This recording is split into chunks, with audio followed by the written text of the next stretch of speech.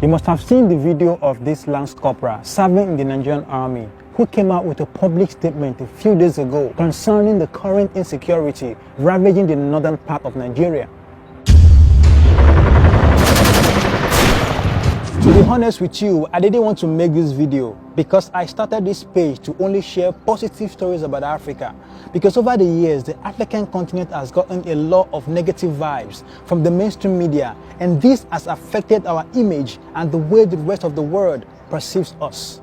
But the story of Lance Corporal Martins really touched my heart, and I feel like I'll be betraying the people I intend to protect, the people I love, if I do not make this video. It is sad to acknowledge that Nigeria is currently ranked the third most terrorized country in the world, and there are a lot of African countries on the list. I will tell you about Lance Corporal Martins later, but it's important for us to understand how all of this began. Boko Haram was founded in Nigeria in 2002 by Muhammad Yusuf. His aim was to purify Islam in northern Nigeria and also make the whole of Nigeria an Islamic state. The ideology of the sect was built on Salafism, which advocates for strict adherence to Sharia law. The term Boko Haram means Western education is forbidden, so the whole ideology behind the sect was promoting a strict adherence to Islamic teachings as opposed to Western education, ideas, or influence. In a 2009 interview with the BBC, Yusuf reaffirmed his position against Western education and claimed that rainfall was solely the work of Allah and not a result of evaporation caused by the sun. This is where it gets interesting. It's important for you to understand that Islam originated from the Arab world before it was spread to Africa through wars, conquest, slavery, and in some cases, trading. But Arab countries like the UAE and Saudi Arabia have embraced cloud seeding to help induce artificial rainfall to meet up with their fresh water demands. This is to tell you that the people who brought these religions to us have subtly moved on to science, technology, and other innovations, while Africans who accepted the religion are stuck with recycling primitive ideas. One of the results is the Boko Haram insurgency. From 2002 to the next 7 years, Yusuf took the advantage of the high unemployment rate and low literacy level in that region to recruit, indoctrinate, and radicalize a lot of young people. And that was the beginning of the nightmare that will never end. Muhammad Yusuf was killed in 2009 by the police in the Boko Haram uprising. And that was when the group formally launched an armed struggle against the Nigerian state. From that time till now, Boko Haram has killed hundreds of thousands of people, and they have displaced millions of people from their homes. They are now in IDP camps, they are refugees in their own country. It's really a sad situation. So what is the solution? The war against Boko Haram cannot be won by only ammunition because it's an ideological war. If you kill 10 terrorists today, there are hundreds of them waiting to replace the 10 you killed because the war runs on an ideology. So until that ideology is countered, it's impossible to win this war.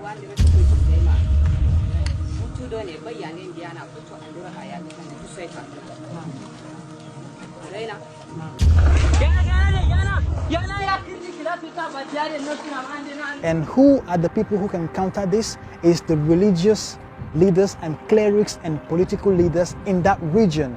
They have to actively engage in continuous sensitization of their people, because if I go there to sensitize them, they might see me as an enemy. So it's workable for people from that region to sensitize their people.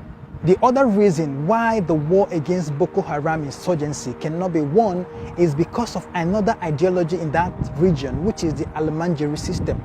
Now, in case you don't know what it is, it means that a parent will give birth to a child and dump that child as young as 2 years old in Islamic schools, and they do not have proper education. They do not have parental care. These children go around the streets begging, and when they beg, that is how they can feed. Now, look at these children. All they know all their lives is Islamic teachings. So what do you expect of them when they grow up? You had sex and brought these children to this world. They never begged you to come. So it is your responsibility to take very good care of them. So the thing is, if we do not address this menace of this Almanjari system, the Boko Haram insurgency will not be won, because they have already an army waiting to be recruited. So what do you expect from children who are not employable? They can join terrorist groups. As I speak to you now, over 10 million kids are roaming the streets in this region of Nigeria because of this system. And that is why the battle cannot be won if we do not address and stop the Almanjari system, provide employment and provide adequate and proper education for the people in the region. And you will see that this battle against insurgency will die a natural death. And the last reason why this battle cannot be won is because the people with this ideology, it's possible that some of them have infiltrated the Nigerian military. And that is why a lot of the operations of our military men are being sabotaged. They are being ambushed and they are killed in high numbers. And this is why Lance Corporal Martins came out to accuse the Chief of Army Staff of not being loyal to defeating this war against insurgency. And he sacrificed a lot. I'm sure he knew the consequences of what he did, and he knew that they would come after him. And he said that in the video. Tuku Yusuf Buratai. As I'm making this video, I want to let you know that I'm highly disappointed in your command. You should call yourself a coward, a traitor, and a betrayer to the Nigeria as a whole, because you are no more loyal. You cannot earn my loyalty with what you are doing. I know after this video, you may come, you want to arrest me, you want to do this. I'm ready to face court-martial. And my court-martial must be open to the whole Nigerians to know. I'm calling on all the independent lawyers to stand by me, because this is a matter of urgency. People are dying too much. Now he has sacrificed a lot, his life, his job, his family, to come out and tell us the truth. What are we going to do for him? Are we going to abandon him the way we have abandoned a lot of people who come out to speak the truth about situations in Africa?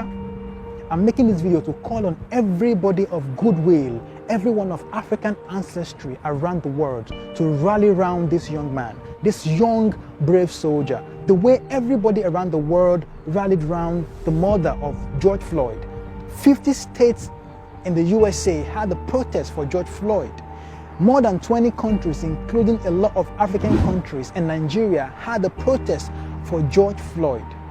This is also a protest we should all be willing to partake in. This young soldier must not suffer. His sacrifices for coming to tell us the truth about what is really going on the battle against insurgency must not go in vain. I'm calling on you, Africans, anywhere you are around the world, begin to organize yourself. Let us speak out for this young soldier, because if we do not do this, then we are discouraging the other people who really want to come out and speak the truth about the realities of Africa not to do so. And if people don't speak the truth about the real conditions so that we can provide solutions, then our collective progress will remain a pipe dream. Thank you for watching. Share this video to everybody around you. Share this video as many times as you can, because we need to reach a lot of people. People need to know what is happening to this young soldier, and we all need to rise to his defense. Thank you so much for watching this video. Don't forget to like, subscribe and share so that we can reach everyone and build a better Africa.